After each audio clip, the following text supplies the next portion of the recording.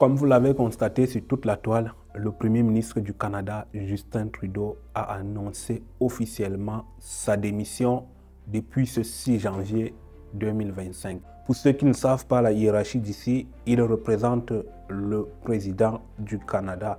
Mais vu qu'il n'y a pas de présidence, c'est le Premier ministre qui est comme le président du Canada. J'ai essayé de faire un résumé de son histoire, j'ai essayé de faire un résumé des documentaires que je vous propose dans cette vidéo d'écouter avec moi. Vous aurez donc dans cette vidéo l'historique de son mandat, l'historique de ses mandats, je le dirais. Vous aurez ses réalisations, vous aurez ses manquements pendant sa gouvernance. Vous aurez également les réalités de son mandat en quelques minutes. Je vous propose d'écouter ceci et on se retrouve. C'était il y a quasiment 10 ans. À 43 ans, Justin Trudeau est élu Premier ministre du Canada. Il devient alors le plus jeune chef de gouvernement de l'histoire de son pays. Dynamique, photogénique, il renvoie l'image d'un leader moderne en phase avec son époque. Charismatique, il fait régulièrement la une des plus grands magazines. Adepte des réseaux sociaux, Justin Trudeau tient à contrôler son image. Lui, qui n'est pas étranger à la politique, son père ayant été lui aussi Premier ministre pendant près de 15 ans. Élu de justesse au Parlement en 2008, il prend 5 ans plus tard la tête du Parti libéral avant la consécration en 2015. Les Canadiens de tout le pays ont envoyé un message clair ce soir. Le temps du changement pour ce pays est venu, mes amis. Le vrai changement. À la tête du Canada, il compose alors un cabinet mettant en avant la diversité, tout en respectant la parité homme-femme. Sa politique migratoire, elle, contraste avec celle de son voisin américain. En 5 ans, près de 70 000 réfugiés syriens sont accueillis dans son pays. Justin Trudeau légalise aussi le cannabis et assure vouloir placer l'environnement au cœur de ses préoccupations.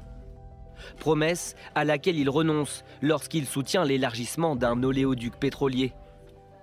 Son premier mandat, il l'achève affaibli par plusieurs scandales, et notamment l'affaire SNC-Lavalin, lorsqu'il est accusé d'avoir fait pression sur la ministre de la Justice de l'époque pour empêcher un procès à l'encontre de l'entreprise québécoise.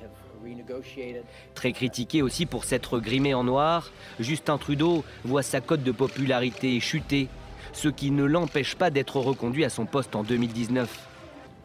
Il doit alors gérer la pandémie de Covid-19 tout en faisant face à une inflation galopante. Fervent défenseur de l'héritage de son père, à l'origine notamment de la loi sur le multiculturalisme en faveur de l'immigration, Justin Trudeau y met un bémol en 2024, lorsque pour la première fois, il remet en question les seuils d'immigration du Canada et leur impact sur l'économie nationale. Une décennie après son arrivée au pouvoir, il est alors confronté à sa plus grave crise politique. Démission de sa vice-présidente, affaiblissement de sa coalition, son peuple ne le voit plus capable de résister aussi à Donald Trump, qui a promis des droits de douane de 25% au Canada. La goutte d'eau qui a fait déborder le vase. La dernière goutte d'eau qui a débordé le vase. Est-ce donc là l'unique goutte d'eau qui a débordé le vase? Maintenant, écoutons le pourquoi il était capital pour lui de prendre cette décision pour l'avenir ou encore pour la suite du Canada. Oui, c'était une position qui était devenue intenable, notamment parce qu'il devait gouverner avec un gouvernement minoritaire. Il a certes été réélu en 2021, mais c'était même au sein même du Parti libéral, effectivement, que les voix s'élevaient depuis plusieurs mois. D'abord avec l'annonce de certains de ses ministres ou de ses plus proches alliés au sein du Parti libéral qu'ils ne se représenteraient pas dans leurs circonscriptions respectives et qu'ils ne, donc de facto, n'accompagneraient plus le Premier ministre canadien dans ses prochaines batailles et ses élections fédérales à venir en 2025, attendues initialement au plus tard pour octobre prochain. Et puis évidemment ce climat en fait d'abandon qu'a connu Justin Trudeau dans les derniers mois et les dernières années. En fait, finalement, depuis la pandémie, ça s'est détérioré à vitesse grand V avec la démission de la vice-première ministre et ministre des Finances Chrystia Freeland le 16 décembre dernier. Chrystia Freeland qui avait donc dénoncé des astuces politiques coûteuses dans sa lettre de départ publiée sur le réseau social X, et depuis, c'est tout le Parti libéral qui multipliait les appels et les démarches pour inciter le Premier ministre Justin Trudeau à quitter son poste, à laisser sa place au plus vite afin d'avoir un candidat plus populaire pour faire face aux conservateurs de Pierre Poilievre, ici l'opposition conservatrice qui est largement en tête des sondages et des intentions de vote pour les prochaines élections fédérales. Et avec cette démission à venir, cette prorogation, donc ce gel des activités parlementaires que Justin Trudeau a obtenu, eh bien, il offre quelques semaines à son parti pour se trouver un nouveau chef et donc un potentiel successeur dans cette course au pouvoir au Canada. C'est donc quoi la prochaine étape après cette décision rendue publique? Quelles sont les perspectives à venir? Que se passera-t-il avant la date prévue dans sa décision? Y aura-t-il des nouvelles élections? Est-ce que les gens iront à nouveau choisir un nouveau candidat, un nouveau parti au pouvoir? Voici quelques scénarios possibles qui peuvent arriver. Je vous propose justement, François Riouet, avec cette arrivée de Trump et son agressivité à l'égard du Canada, notamment sur les droits de douane, est-ce que cette crise politique va pouvoir se résoudre tout de même assez vite? Qui pourrait lui succéder? Alors au sein du Parti libéral, il est encore trop tôt pour le dire, et ce même si un certain nombre de médias ici pointent du doigt justement cette ancienne vice-première ministre qui est pour l'instant, encore une fois, selon les sondages au sein des électeurs du Parti libéral, Chrystia Freeland, la mieux placée pour succéder à Justin Trudeau après l'avoir abandonné en cours de route, mais c'était il y a peu de temps, moins d'un mois, donc il faudra voir si c'est vers elle que se tournent les électeurs du Parti libéral.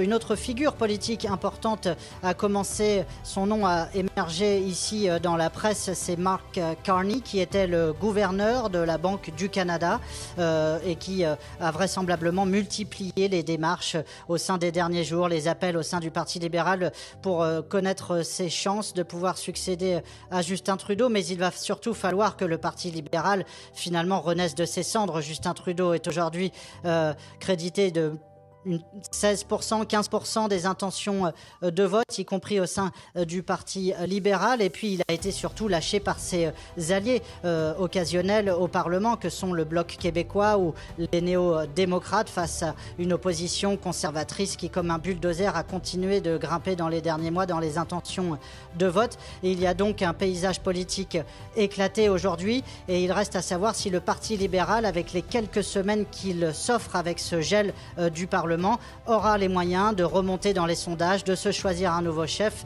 et de préparer cette succession donc au Premier ministre canadien. C'était donc là quelques petits résumés, quelques petits documentaires que j'ai trouvé utile de partager avec vous. Si c'est la première fois que vous venez de me découvrir, je suis Tonton Romy. Ici sur cette chaîne, je vous partage l'actualité, mon expérience au Canada ainsi que l'expérience des nouveaux arrivants. Ceci pour aider à donner des astuces à ceux qui aspirent à venir au Canada ou à ceux qui viennent d'arriver au Canada afin d'avoir une bonne intégration et une immigration réussie. Si tu as aimé cette vidéo, n'hésite pas à la partager. Donne-moi ton avis en commentaire. Donne-moi tes suggestions pour une prochaine vidéo. D'ici à là, porte-toi bien. C'était Tonton Romy. Que la chance accompagne nos efforts. Ciao.